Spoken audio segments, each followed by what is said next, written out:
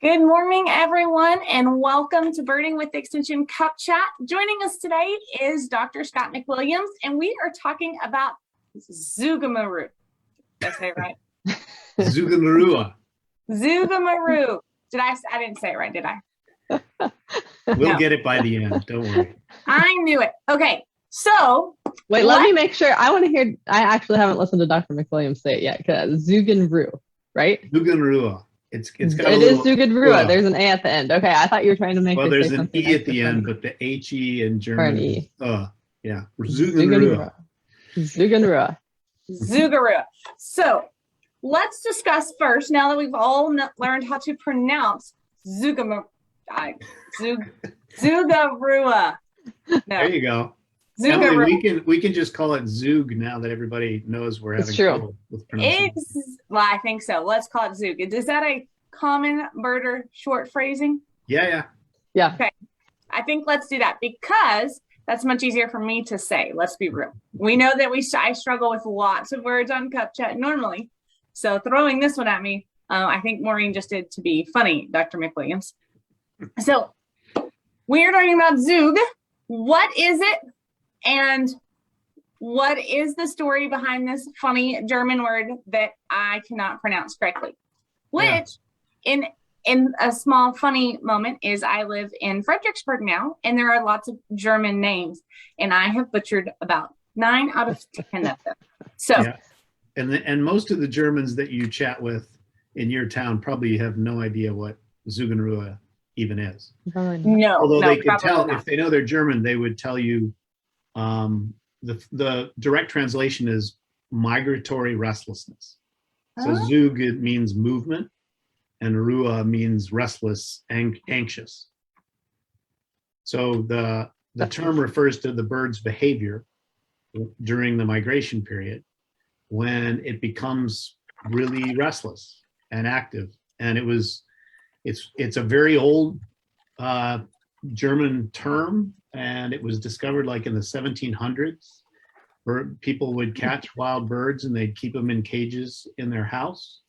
And during migration periods, during fall and spring, all of a sudden they'd be making all this noise at night, being restless, being ready for migration. And so they coined the term Zugunruhe. But it wasn't just that they had, it's not just to kind of clarify for everybody, it's not just that these birds were like, oh, I should be flying right now. This is something that birds do even when they're not in captivity, right? This is they're preparing. It's not just that they're restless because they should be flying and they're not. They do it even before they should be flying, correct? Yeah, that's right. It happens that it's one of those behaviors and aspects of physiology that we kind of got lucky with in terms of how we can study it. So the luckiness is birds show it even when in captivity. So we can study it directly in captive birds. But yes, you're absolutely right. This is a phenomenon that we know occurs in wild birds. It's not an artifact of being in captivity. Yeah. And so there's a really interesting link there between like there's something happening physiologically, and then you see it as a behavior. And when I'm teaching kids about, different animal adaptations, we talk about behavior adaptations, but there's something, it's not just the birds are doing this, they're doing this because there's physiological changes taking place. And I know when we've had you on before, we've talked about like the energy that birds need for a migration, but what's happening? What changes are happening in a bird that then results in Zugunruhe? Yeah, so let me tell you 2 more things that are characterized by Zugunruhe, and then we can talk about sort of what's going on in terms of physiology. So there's this restlessness that is directly linked to the word. But if you then watch a bird at night, so these are usually studies that are done in birds that normally migrate at night, so songbirds. And so if you watch the bird at night, it's doing this restlessness, it's jumping up and down and fluttering about, and obviously active compared to what it was during the day when it just sort of normally moves around, feeds and takes drink and so forth. So it does that restlessness, but it also does 2 other really neat behaviors. One's called wing whirring. So it literally sits perched and just takes its wings and sort of moves them back and forth really quickly, almost as if it's getting ready to fly. But it's like perpetual. It does this every few seconds. And then the other cool behavior is generically called sky gazing. So it'll kind of squat down and look up with its rump sort of in the air too. And presumably that's sort of a takeoff kind of view, but it's also thought to be important in orientation. So they're starting to pay attention to what the stars are looking like as night starts to come on, and they use those stars to orient. So that's the sort of full suite of key behaviors that are associated with Zugunruhe. So what's causing it? So you can elicit it by simple changes in photoperiod.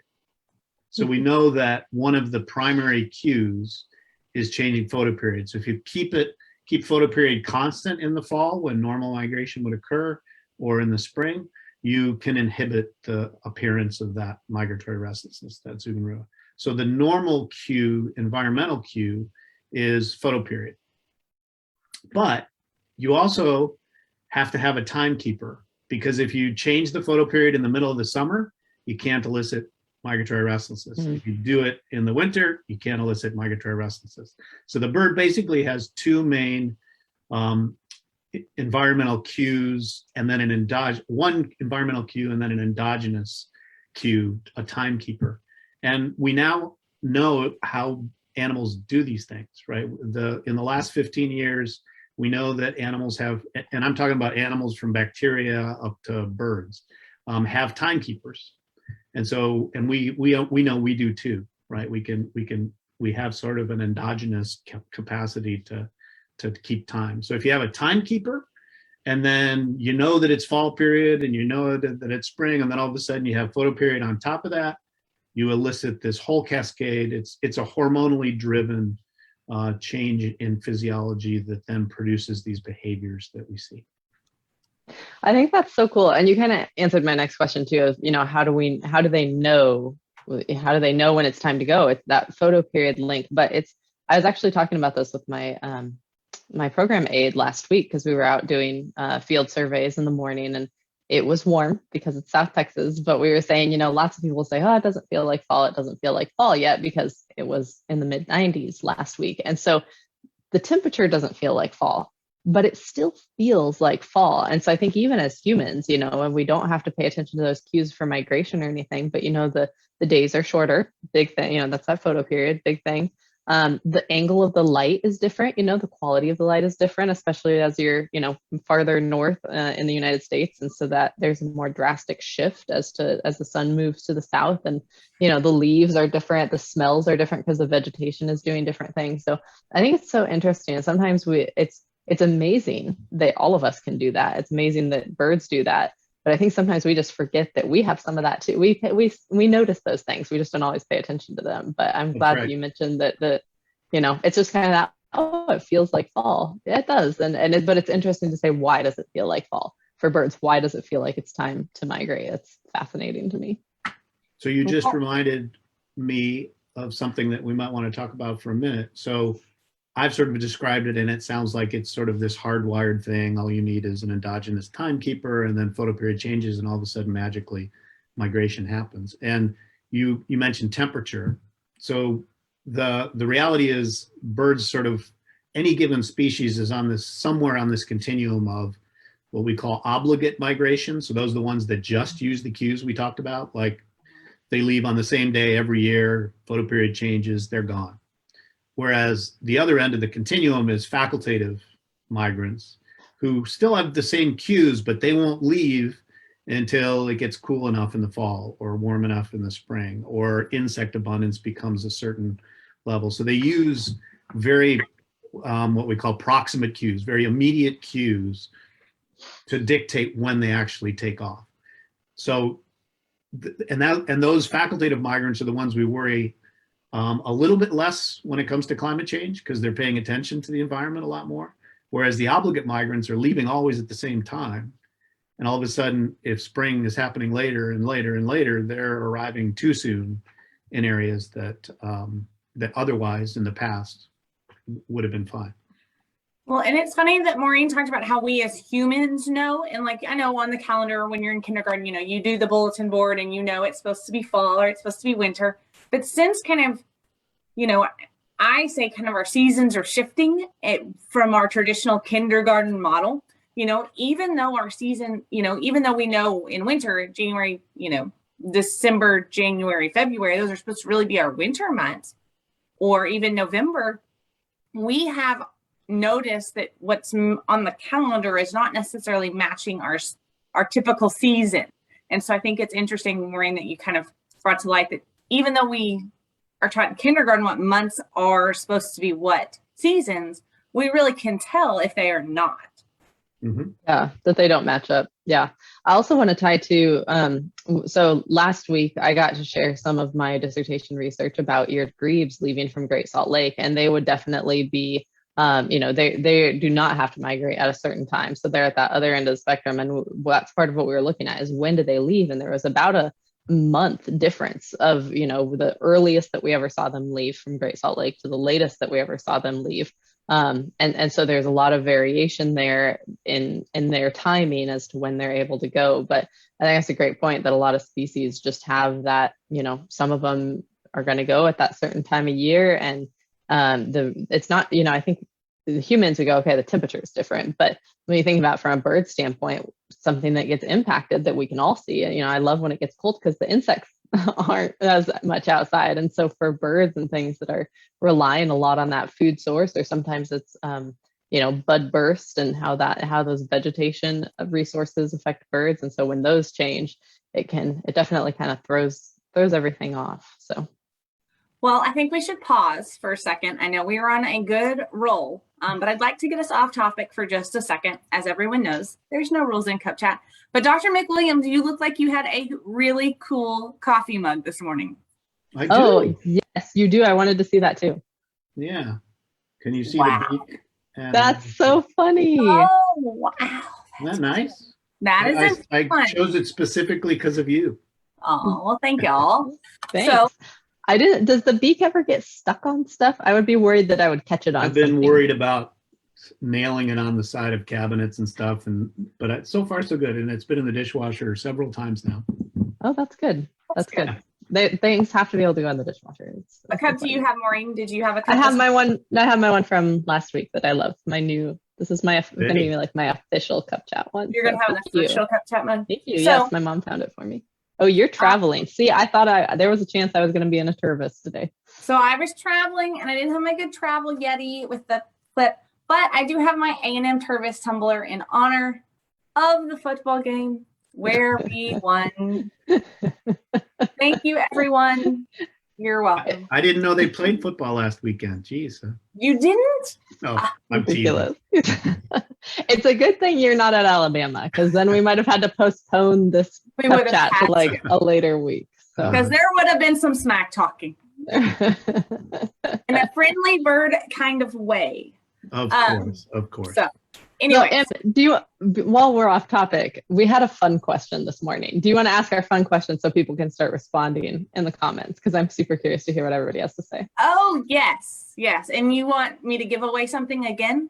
No. Yes. No. Oh, yes. She wants me to give away something again. So I will think about what I'm going to give away this week for you answering in the comments. But here's the fun question, and we're going to ask Dr. McWilliams at the end of Cup Chat what he thinks. But if you could be a bird, what would you be based upon a winter migration site? So, for example, which species gets the best deal when it comes to winter? So, where would you go? What bird would you be if you had to base it solely off of winter migration? So, and did you say we have to finish talking about Zugunruhe before we get to answer? Yes. Oh, we're gonna finish. Everyone can put their comments in the chat, and that way we'll have a lot of discussion at the end. So, all right, Dr. McWilliams, back on track on terms of Zugi. I like Zugi better. That's because we have. Funner. Well, that's funny because we go to one of the places we bird when we're doing Birding the Border is the Zuberbuehler Ranch, and Emily likes to call it Zubies because then you don't have to say the whole thing or to type Zubies. So Zubi, Zugi, Mhm. If the zoo would realize have some migratory birds, there'd be zoo get the zoobies. That'd be like a party. We could Ooh, have like a migration party one year. Zoo get the zoobies. Zoo get the zoobies. I Okay. like it. So as we go back to Zoog, let's kind of talk about do all birds exhibit Zoog? Like every single one of them? Yeah, what about something that doesn't migrate, but like maybe used like Canada geese that are resident in one area, but they used to migrate? Yeah. So if you asked me that question 10 years ago, I would have said, we think it's a phenomenon that's only occurring in migratory birds. We know that the amount of Zugunruhe, the duration of it, is proportional to how far birds migrate. Okay, so birds that migrate a long ways show restlessness for a much longer period of time. It basically defines the time period during which birds are likely to move. But there's been some really nice studies in populations. I don't know of any in Canada geese. They're harder to put in little cages and look at migratory restlessness. But it's been studied in this species called stone chats that are old world European species. And they have some populations that are migratory, some that are not, some that are resident in Africa, some that are resident in the Mediterranean region. And they have found migratory restlessness, Zugunruhe, in those resident populations. It's just much more damped. And they explain it as, hey, you still need to have different periods of your annual cycle that are more or less active, like during the breeding period. You know, as parents, they got to go find food for all the young nestlings and so forth.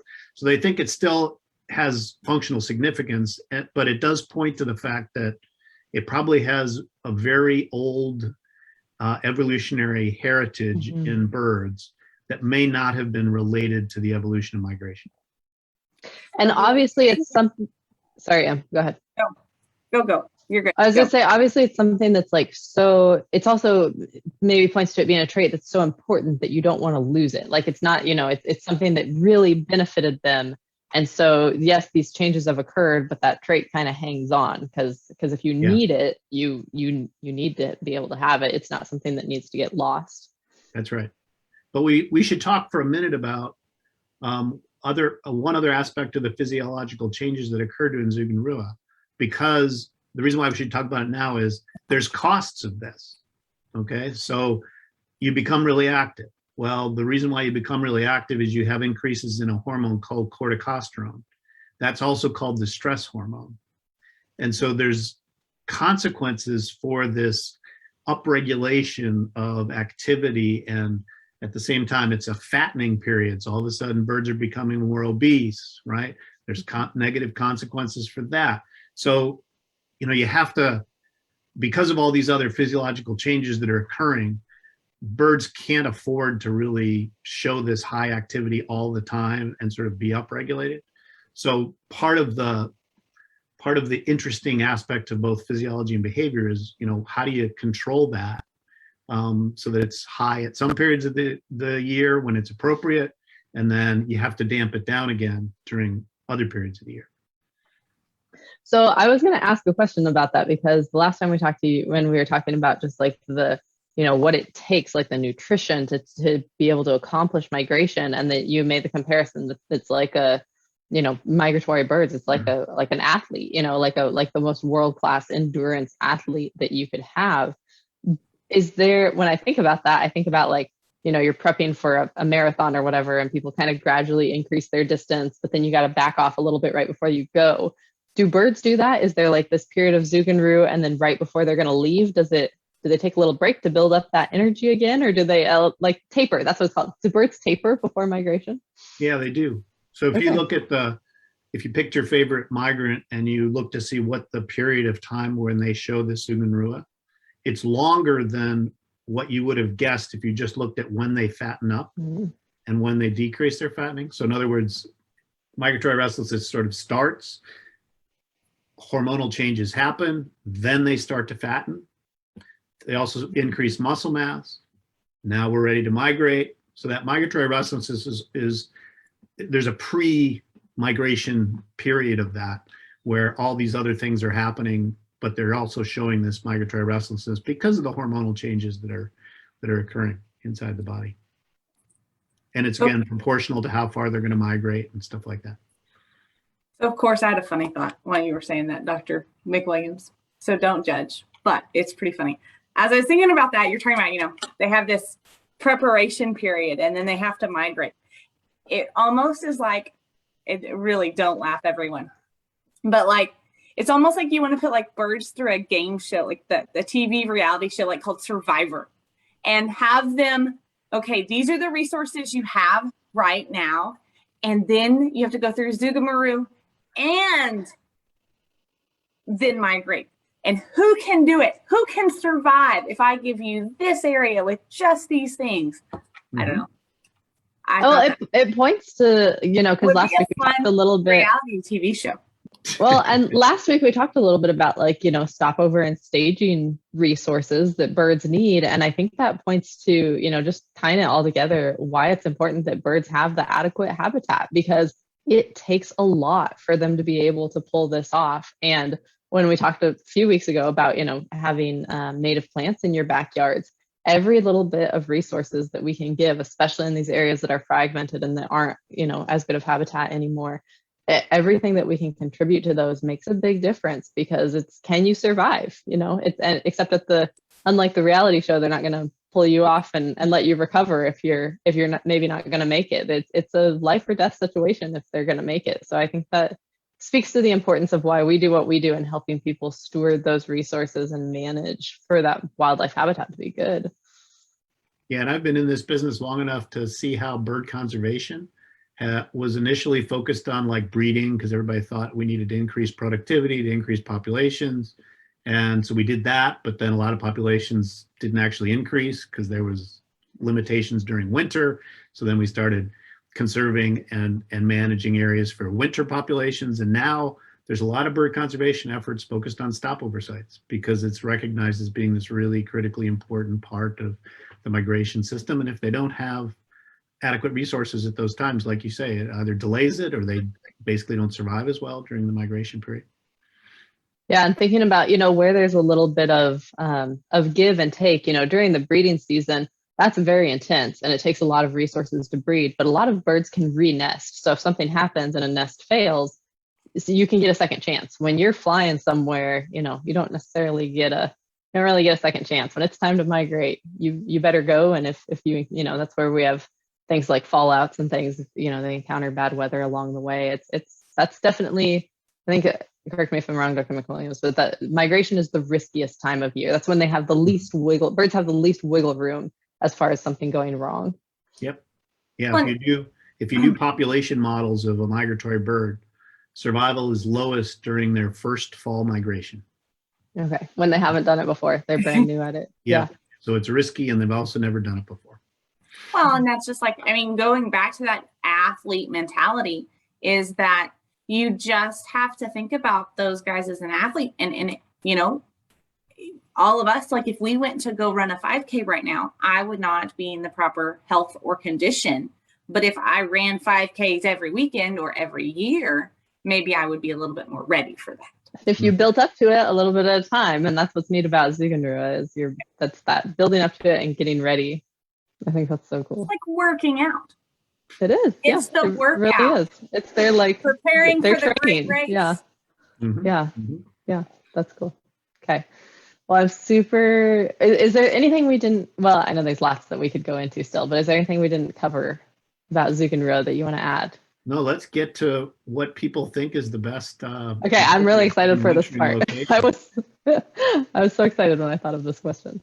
So I am monitoring Facebook, and it looks like we have maybe some people who joined on later that maybe didn't see our question. So I'm going to repeat our question and really encourage everyone on Facebook to reply, because I'm giving away something. What we don't know yet. It might be $100. It might be a water bottle. So if you could be a bird, what bird would you be based upon winter migration site? So for example, what species gets the best deal in the winter? So Dr. McWilliams or Maureen, who wants to go first? All Oh, right. our guest can go first. No, go for it, Okay. Dr. McWilliams. So when you posed that question, it very much depended, my answer to very much depended on what kind of climate I tend to like. And so I know most people are probably going to pick Caribbean places with beautiful beaches and stuff like that. But I'm not a warm temperature person. So my favorite would have to be the Arctic tern that spends its summer in the North Pole region and then goes to the South Pole during winter, because I love Arctic or Antarctic kind of landscapes and cooler weather. And Wow. what does that migration look like? How many miles is that? Can we talk a little bit about some of those, those farthest migrants of all of our birds? Yeah, so it's literally pole to pole. So we're Yeah. talking tens of thousands of miles. They take a bit of time to get there, and they do follow water along the way so that they can feed along the way. But the landscapes are, I mean, I spend much of my summers, not during the COVID times, unfortunately, but up in the Arctic during the summer. And it's just a landscape that really appeals to me. I think it goes back to my Scottish heritage and liking to be in northern places. And so that was going to be my answer, just because I thought it would also be different probably than most everybody else. And I should know this, what's the species that has the longest continuous, like they do it all in one go migration? Bar-tailed godwits. Oh, From okay, Alaska that's right. to New Zealand, 10,000 or 12,000 miles. All in one fell swoop. Yep. That's crazy. But pole to pole is super cool. Emily, I know that's not your answer.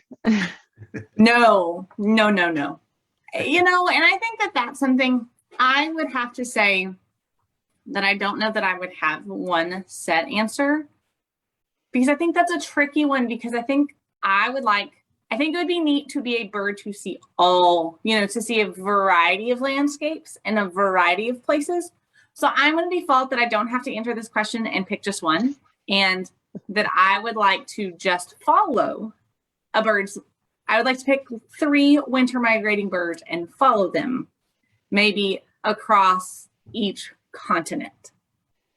So that's kind of where I would pick, because I think that I'm not a one placer. Like, the journey is kind of impressive. One thing we talked about the other day when we were out birding is, following the warbler migration. So if Miss Stone is watching, I thought that was super cool idea. They're going to get in an RV. I would not be in an RV, just in case everyone wants to know that. I really like hotel rooms, like my other bird mom. And that would be a cool thing, is to follow warbler migration from the coast up north. So I think I would do something like that. And this was a new species for me. You could be a stone chat. I had to look that up when Dr. McWilliams said that, but they've got all those different migration patterns throughout. You said Europe, and some go down into Africa? Yep. Okay. And they're cute. Emily, look up a picture. I had to look up a picture because I hadn't seen one, but they're cute little birds. I think you would approve. Picture right now. Don't chat, and it's all one word. I typed it in as 2, and then I realized it was supposed to be I all as appreciate one. spelling help early on in this. Okay. I do what I can. See, can you be one of those? Yeah, maybe. Maybe. It'd be better if it was blue. So when you were describing what you wanted to have as a migrant going across a variety of different areas and so forth, the one that comes to mind is black pole warblers for North America. So they breed up in the Boreal in Alaska, northern Canada, and then they migrate through all the various habitats as they move south. And they usually come to the East Coast, which is why I know them. We study them quite a bit. But then they take off across the ocean. So then you get to be in the ocean for, a few weeks, stop in the Caribbean, and then you get to spend your winters in northern parts of South America, in Venezuela and Colombia and things like that. That's a good one. And they're pretty too. Little guy. Yeah. Some of his pictures are not super cute, but he's got one fat and fluffy picture online that's super cute. We've all got our good sides. So sometimes they just catch his bad side, and it's true. not his fault. That's why I use a ring light on cup chats most mornings. Okay, Maureen, what is your stopover? What is your bird based upon winter migration?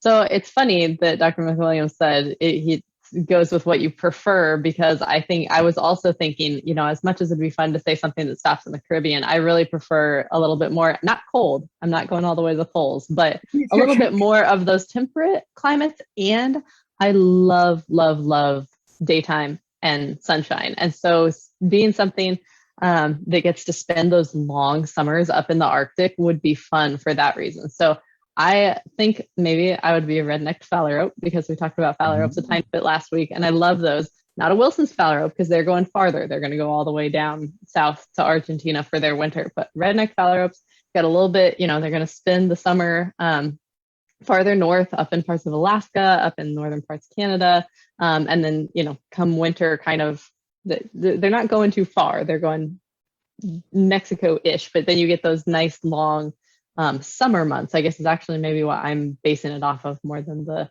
winter months, but also just not going that far. I'm not an athlete. They have a pretty good migration, but I need something that we can stop along the way, because I'm not going to make it. If I could not be a bar-tailed godwit, I would not make that single long migration. So, but that had made me think of something else. There was something I was going to say. What the other thing is, I find that odd, and I know I'm sorry for interrupting you, but I kind of can't believe, since you like to swim, that you weren't a water bird. Well, okay, so the phalaropes are a water bird pretending to be a shore bird, because they are shore birds.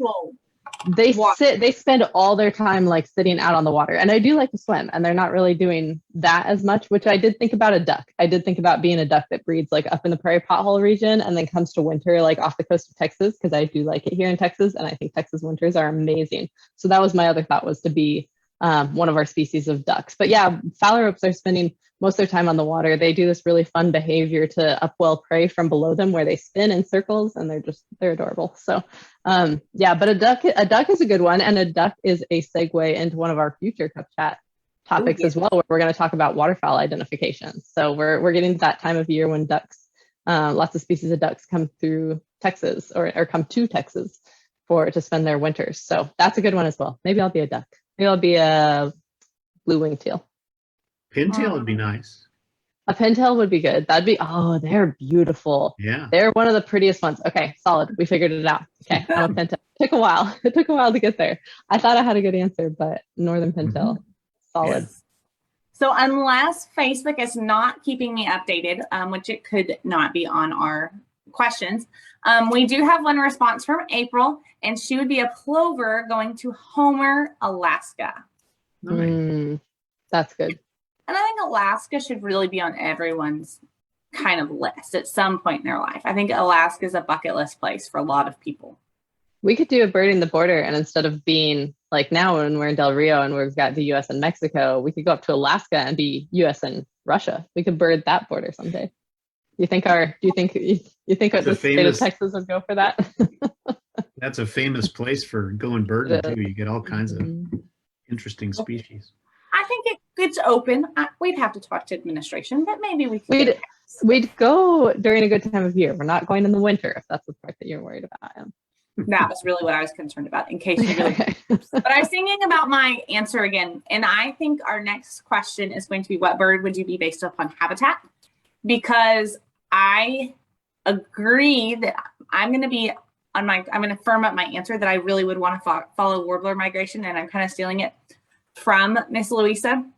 But because I love the habitat warblers like, and just in terms of like, if I was going for a walk, I would choose to walk where a warbler lived versus something else. Versus like a grassland bird. Like you don't just want to be out on the open prairie. You like having that canopy. That tree canopy. Oak tree, yummy canopies. Yes, I'm in on a tree canopy. I'm thinking of like the pecan grove when we were at during our early birding the borders, and we were at what's the name of that ranch? When we did our s'mores along the river. But first we walked through that pecan grove. That was beautiful. Groves. Yes, that's a good description. A grove is where I would like to live. So that's going to be the next giveaway question. But speaking about giving away questions, Dr. McWilliams, last week, Maureen is loving it. I'm on this giveaway thing. And so I told everybody that we would give away a cup, somebody would get a new Cup Chat mug from us if they answered the question. What did we talk about last week? Eared greed migration. Yes, where would they go? Like migration. What phenomenon would they want to see? So 1, 2, 3, 4, 5, 6, 7, 8, 9, 10. So Dr. McWilliams, I need you to pick a number between 1 and 10 so we can pick our winner from last week. 6. 1, 2, 3, 4, 5, 6. Stephanie. So congratulations, Stephanie. We hope you're joining us. We will be sending you a new cup to enjoy Cup Chat with. So this week, I haven't decided what we're going to give away yet. So, but if they answer our question by next week, we will give them, they will be entered. So I actually liked the water bottle idea because it's like a sneak preview. We won't say who's getting water bottles coming up soon, but yes, we could do a water bottle. Water bottle with a treat inside. We can. That is the winner. We will be. Water bottle with a treat. Yes, we will be sending you a Birding with Extension treat. So perfect. Dr. McWilliams, thank you so much for joining us. It is always a pleasure, and we always have so much fun when you join us. Great to see you both. Yeah. Enjoy the fall migration. Yeah, enjoy your nice cold weathers that should hopefully, I don't know if it's cold up there right now, but hopefully soon you're getting some good Rhode Island cold. Yeah, it hasn't happened yet. We're still waiting for it. It's coming. It's coming for us on Friday. It's supposed to cool off, and I'm so excited. Maybe one day we need to go visit Dr. McWilliams. You know, I've never been to that northeast coast region. I think we need to go. So this last weekend, Columbus Day weekend, was the big birding weekend out on Block Island where we do most of our research. That's the time to come. Okay. Ooh, and I bet, are the leaves changing up there? Yeah, except we're close enough to the coast where we don't get the really dramatic. Oh, so even folks from here go up to Vermont and New Hampshire and New York. But see, that's the thing. You're so close. So we could come do birds on the coast with you. And then go to it's not like driving from El Paso to Uvalde, America. Yeah, it's nothing like that drive. Best fall drive. Yes. Yeah, you can be in Quebec City or Montreal in 5-6 hours. Okay. Wow. So you'd still be in Texas from where I am. You can either get to Texas or Mexico. That's all you can do from 5 hours from here. Yeah, so amazing. Well, next week we are doing our Beyond the Birds Cup Chat, and we will be having Terry Hibbich join us. So he's one of our birding buddies, but we are going to be talking about herps. So we'll be going beyond the birds to talk about herps next week. And then we have a great lineup already for November started. To be determined what October 27th is. We're working on a cool cup chat for y'all. A Halloween one. A Halloween one, yes. So we'll announce what the 27th is on the 20th. But we're excited to have Terry on for Beyond the Birds and talk about herps. So thank you, Dr. McWilliams, for joining us. Really appreciate it. And everyone, we hope y'all have a great Wednesday and talk to y'all soon. Take care, everybody. Bye.